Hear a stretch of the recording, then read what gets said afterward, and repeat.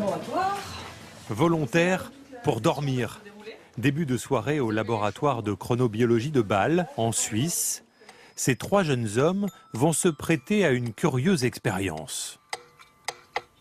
L'un se couche avec un livre, un autre avec une tablette, le dernier avec une tablette et ses curieuses lunettes. Je te propose les lunettes à mettre en même temps que tu es sur la tablette. Okay. Voilà, tu verras un petit peu en orange. C'est quoi ces lunettes alors là? Donc c'est des lunettes qu'on appelle les blue blockers. Ça bloque en fait les rayons bleus qui proviennent de l'écran de la tablette, quoi. C'est cette lumière bleue qui intéresse les scientifiques. Ce soir encore, son impact sur le sommeil se confirme. Au bout d'une quinzaine de minutes, le premier à vouloir dormir, c'est celui qui a le livre. Ok. Ça y est, c'est l'heure de dormir.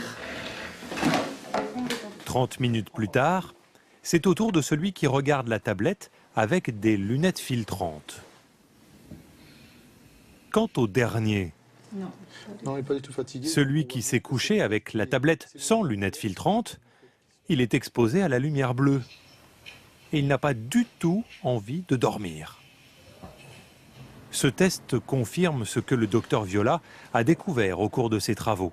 Les rayons bleus des écrans bloquent la mélatonine, l'hormone du sommeil. La mélatonine est une hormone qui est sécrétée par le cerveau, qui va permettre l'endormissement et va permettre un sommeil réparateur. Donc c'est essentiel pour notre sommeil? C'est essentiel pour le sommeil, non seulement pour le maintenir, mais également pour avoir cet effet réparateur, régénérateur de notre corps.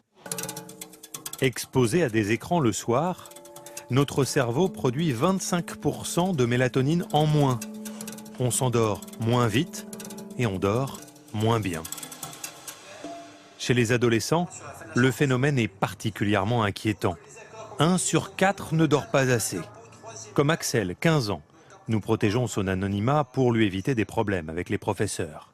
Il fait partie de cette génération ultra connectée. Chaque jour, je pourrais envoyer 500 messages en comptant ce que je publie sur Twitter ou sur Facebook ou ce que je peux retweeter ou favoriser.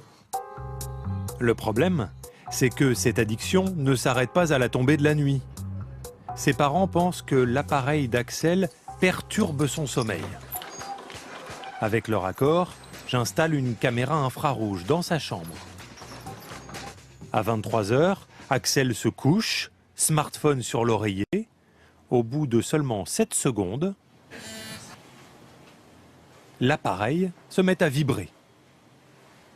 Happé par son écran, il envoie alors des SMS, passe de Facebook à Twitter, de Snapchat à YouTube. Il est sur tous les réseaux sociaux.